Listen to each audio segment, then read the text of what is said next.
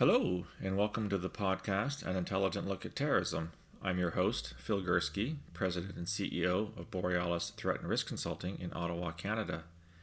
This is the second in a series which I'm calling Quick Hits, which are shorter podcasts looking at current events in the world of terrorism and counterterrorism. And in this episode, I want to look at a series of arrests that took place in Copenhagen, in Denmark, on Wednesday of this week, so December the 11th, 2019, in which Danish police arrested 20 individuals in what they are labeling a major anti-terrorism operation at several locations in Denmark. And Denmark's not a very big country, 8 of whom have already appeared before court and been charged. According to Copenhagen police, the arrested individuals had acquired components for making explosives or attempts to acquire firearms. And the initial indication from the police is that the motivation behind this planned attack was Islamist extremism.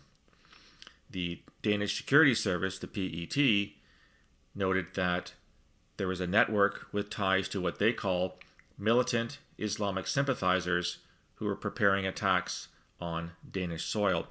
It's important to note that under Danish law, terrorism, what's called the terror paragraph within their criminal code, notes that actions such as murder, attempted murder, violence, arson, and kidnapping will be viewed as terrorism if their intention is to seriously frighten the public. This, of course, is a very different way of looking at terrorism than we here in Canada do. We don't necessarily talk about fear and intimidation. We talk about motivation being political, ideological, or religious. This is a great coup for the Danish police and the Danish Security Intelligence Service, the PET. I had many very fruitful meetings with the PET in Copenhagen. They are a very competent security service in Denmark. What is interesting about this story as it broke this week were two things. One is that Denmark is not normally a European country with which one associates acts of terrorism, but there have been a number of plots over the past 20 years or so in Denmark, planned or, in one case, carried out by Islamist extremists.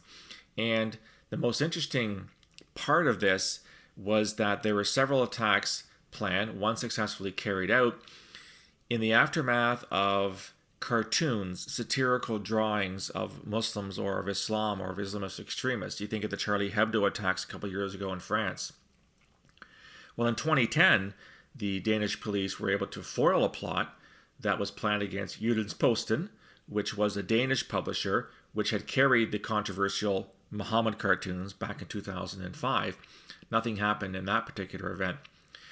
In 2015, there was an actual shooting in Copenhagen in February, on Valentine's Day of all days, and it was at an art exhibit called Art, Blasphemy, and Freedom of Expression. 2 people were killed, as was the perpetrator. And there have been other plots that the Danes have in fact foiled due to their intelligence and law enforcement services. So Denmark, again, doesn't rank up there at the top of threats, terrorist threats, when it comes to Islamist extremism, but as the arrest showed this week, it certainly isn't immune from those types of attacks. The second interesting thing about Denmark, which my listeners may not be all that familiar with, is the fact that Denmark has been at the vanguard of a so-called Deradicalization program out of the city of Aarhus, major city in Denmark. And this program has been in effect for a number of years, and it seeks to look at radicalized Muslims, either those who have been charged and or convicted. It's looking at returning foreign fighters. There have been some Danes that have gone and fought with Islamic State in Syria and Iraq, or just people on the pathway to radicalization. And the program has been widely studied. It is widely cited around the world as being a success. The recidivism rate, as far as I've seen it, is fairly low. And so the Danes seem to have found the magic bullet to radicalization and what to do about it. I still remain not skeptical, but not convinced.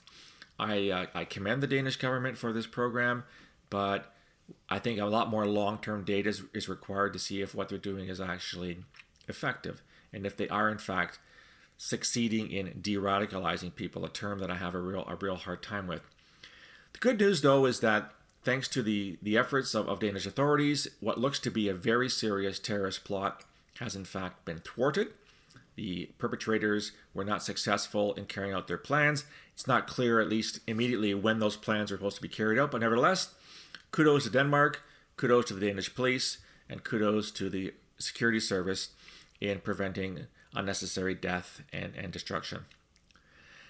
I want to end this podcast by reminding my listeners that you can subscribe to all the content found on BorealisThreatandRisk.com. You can subscribe to my written Today in Terrorism series, perspectives, other articles. My website also features radio interviews, TV interviews, and other podcasts such as the longer and intelligent look at terrorism podcasts, as well as these shorter quick hits. I'd love for you to subscribe and give me feedback on what you're hearing, what you're reading, what you're listening to, and suggest other topics that you'd like me to broach in the future. I'm more than open for more ideas in this regard, so I look forward to hearing from you. As always, you can reach me on borealisrisk@gmail.com. You can leave comments on my webpage, www.borealisthreatandrisk.com. You can reach me on LinkedIn, on Facebook, or on Twitter. I'll talk to you again very, very soon with another quick hit on another attack that has just taken place, this time in the United States. But until then, stay safe.